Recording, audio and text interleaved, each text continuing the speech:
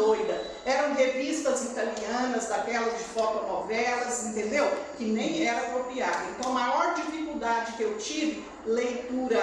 Então, eu usava o meu tempo buscando lenha com as mulheres que buscavam lenha. Era aquela menina magrinha com feixe de lenha, buscando por prazer de estar junto com o pessoal. Primeira pergunta foi a Rosivana, então o livro Paçoca de Avô. Segunda pergunta que foi, dos 10 aos 20 anos.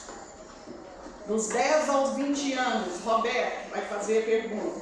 Professor, nessa sua trajetória de 10 a 20 anos, o que mais marcou a pessoa da professora Dinora Gonçalves? Dos 10 aos 20 anos, foi conhecer uma biblioteca de verdade aos 10 anos, fazer uma campanha de arrecadação de livros em toda a cidade de Bom Despacho.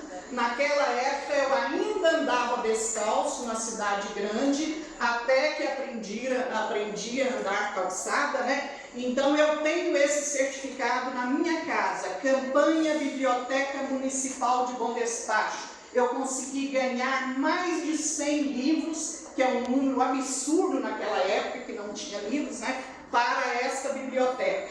Então, Roberto ganha o livro Travessuras. Obrigado. Terceira pergunta que já foi vindo para a capital federal, dos 20 aos 30 anos. Quem vai fazer a pergunta? Sérgio.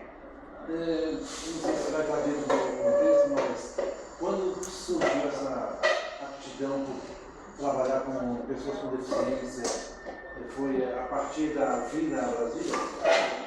Infelizmente não, já foi lá nos 40 anos quando eu tive a oportunidade de criar a biblioteca, tá? Não foi, mas dos 20 aos 30 anos, tá valendo a pergunta dele, viu gente? A pipa que tomou banho, Sérgio, espicha a mão.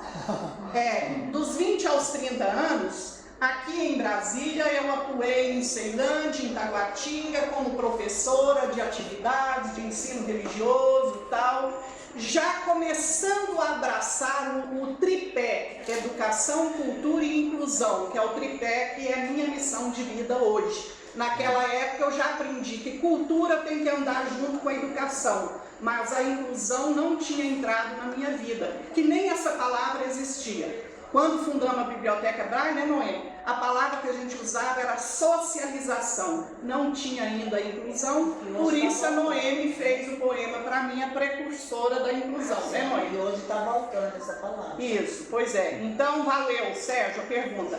Agora, dos 30 aos 40 anos, que eu atuei em biblioteca, em sala de aula de Taguatinga. Quem tem a pergunta? Dos 30 aos 40 anos. Isso é só para puxar, Adma. Então, inspirando, né, dessa professora que veio esse caminhão de conhecimento aqui para nós, nesse entendimento que a senhora passou aqui na roda, eu sou uma prova viva que fui, assim, agraciada com tudo que você me inspirou, ao teatro, à dança. A pergunta, Adma. A pergunta. A pergunta. Agora tá valendo a pergunta. A pergunta. Então, a pergunta que tanta gente foi inspirada por essa professora tão maravilhosa. E qual era o lugar mais cobiçado por ela? Que ela foi colocada lá? Foi as escolas. Foi a biblioteca. A biblioteca. Então, a biblioteca, né, foi, eu já desde os 10 anos que eu já achava a palavra linda, biblioteca, hein? Desde os 10 anos.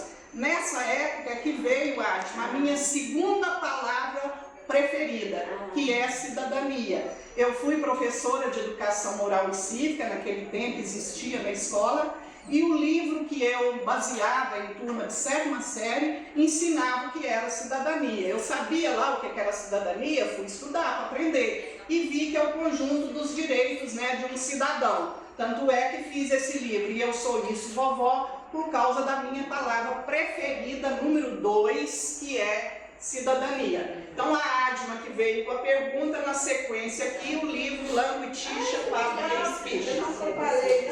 Não, trabalhou não, tudo tá lá. A pergunta dessa pergunta aí era qual o seu melhor local, né? Foi, biblioteca. A Noemi que ajudou a responder. Mas Ela eu não empolgou sabemos, no falar, a Noêmia ajudou. Dos 40 aos 50 anos, foi na Regional de Ensino, 5 meses, e na Biblioteca Braille, o resto do tempo, né? Quem tem a pergunta? Sim, Binora. Como nós estamos aqui na troca de amigos da palavra, essa mesa redonda, o exemplo de pessoa educacional que você é, que você sempre está sendo, a tua presença em espiritualidade, a matéria, como você, eu ia perguntar da matéria que você mais se emocionou, amou e trouxe a transparência para as pessoas adolescentes aprender. Assim, qual é o momento que você mais emocionou na escola, dentro da biblioteca ou palestrando para as pessoas, educando a maioria? Quem ouve a pergunta do Sidney pode pensar, ele está referindo a uma fase anterior, quando eu dava matérias, disciplina nas escolas, mas não. Um professor que está na educação continuada, como eu me considero não professora, mas uma educadora, qualquer tempo ela está desenvolvendo conteúdo, matéria, disciplina. Então, na regional, foi ter a oportunidade de fundar essa biblioteca e outras atividades por aí. E na Biblioteca Braille, qual foi a matéria que eu mais gostei nesse tempo todo que eu estou? Essa matéria está ali em pé com o celular na mão. Foi essa matéria que deveria ter em todas as escolas, práticas humanísticas. Eu ganhei um prêmio lá no Rio, os Direitos Humanos, com esse título. Porque a Léo foi escolhida para vir para cá pelo perfil humanizado que ela tem, pelo perfil da gente estar em plena festa com Lula e meu pé doendo, ela pôr meu pé no colo dela e fazer massagem ali, entendeu? De aqui, ela vê alguém com cabelo grande e tal, vai e arruma o cabelo. Ela vê alguém com a unha com algum problema, ela vai. Então, esse perfil humanizado que a Léo tem, deveria chamar uma matéria em todas as universidades, escolas, que eu chamaria de prática humanística. Que isso nada mais é do que o PIEI, tá? O Prêmio Internacional de Escrita Inclusiva. Então, qualquer pergunta que me fizer, eu remeto a uma prática da agora. Então, seria esta matéria, que não existe, mas para nós existe e muito bem. Então, o Sidney e eu sou isso, vovó. O meu segundo livro da trilogia Por um Mundo Melhor. Agora, vamos dos 50 aos 60 anos. Já estou na penúltima fase, tá? Foi quando o Mink me descobriu, o NEC, a Presidência da República, Cuba, Peru e por aí afora. Quem tem a pergunta? Quem tem, quem escutou bem e que falou assim, faltou ela falar isso. Essas perguntas, gente, é para nortear a condução do ouvir e pensar, nossa, faltou isso aí, eu estou curioso. A Léo não valia não, gente. Será que não tem nem não? A Teodora, Léo. Teodora, pode fazer. Qual foi a sua emoção? Assim, vamos dizer assim, a emoção maior de estar com o presidente da República, buscando nele a ajuda para o seu prosseguimento na sua prática da leitura, no que você mais gostava. E o que foi que você sentiu quando você recebeu o sim dele para ajuda na fase do ensino total? Gente, emoção assim sem igual. Pensar que um presidente que todos veneram e consideram distante, ficar tão próximo a nós. Antes mesmo de eu ter esse trabalho, eu já tive condições de ir lá no Collor levando uma aluna da escola do Centro ONGs, que ganhou um concurso. E depois que eu vim para a Biblioteca Braille, foi a primeira vez de eu ser chamada quando sancionaram a lei do voluntariado, por causa desse trabalho. Aí conhecer o Fernando Henrique, quando eu fico tímida, na foto eu fico com a cabeça assim, ó, tombada, quase deitada no ombro. Então na foto, viu, Léo? Vou procurar essa foto te mostrar. Eu tô com a cabeça quase assim, ele vindo onde eu estava me cumprimentar, né? Aí um daqueles fotógrafos que depois vende a foto pra gente, me buscou lá no correio e foi me levar. as duas fotos que ele tirou. Então, gente, a emoção é muito grande e a partir daí a gente vê que ele nada mais é do que o nosso representante que está lá, que a gente não precisa ter medo. Depois de Fernando Henrique entrou logo o Lula, que aí é que veio mesmo a glória total, porque com esse trabalho ganhamos o ODM. E aí começou o meu sonho de ir à ONU, porque o ODM é o Objetivo de Desenvolvimento do Milênio. 192 países criaram esses objetivos. E com esse trabalho, revelando autores em braille, porque foi o primeiro livro nosso, ganhar um prêmio mundial desse, é loucura total. Noemi estava comigo, Neuma estava comigo, e o DF inteiro, Secretaria de Educação, Deus e o mundo lá, né, Noemi? Então, menina Teodora, é uma alegria que eu quis dar para todos vocês daquela época que me acompanhavam nessas premiações, com toda a glória.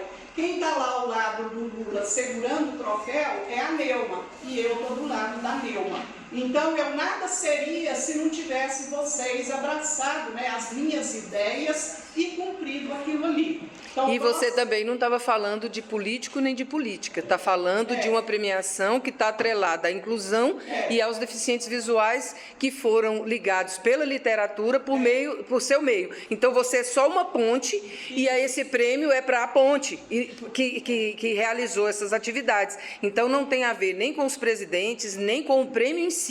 Tem a ver com a relação entre você e a deficiência e a inclusão e a literatura. Para poder ficar claro que alguém ia ter que receber o prêmio. Aí você estava personificando um trabalho, uma execução de algo, né? Um espaço físico. Como eu dirigia esse projeto, né, estava à frente, quem teria que ir? Eu.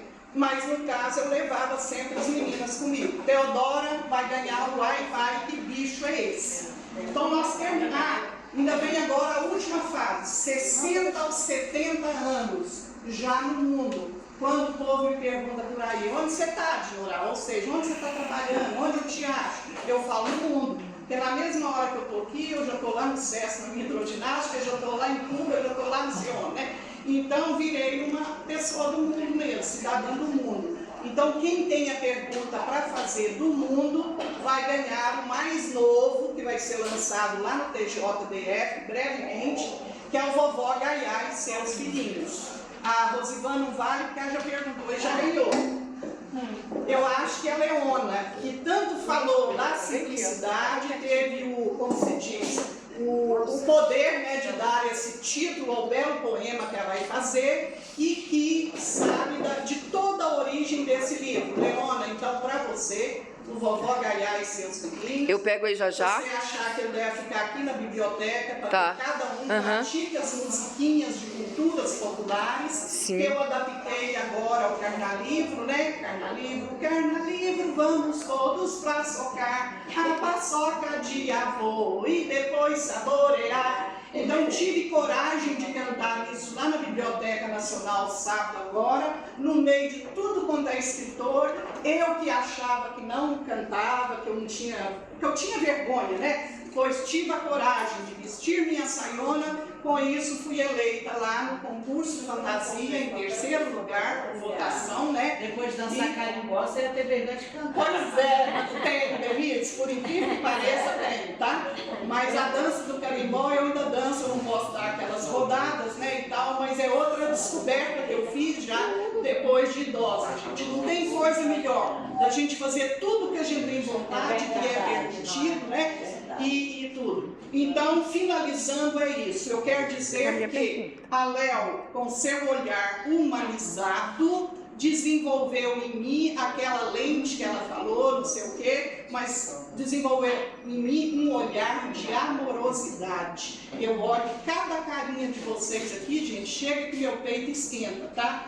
Aí eu lembro de um famoso autor aí, que eu esqueci o nome agora, quem puder olhar na internet, o nome do livro é A Arte de Cultivar o Afeto.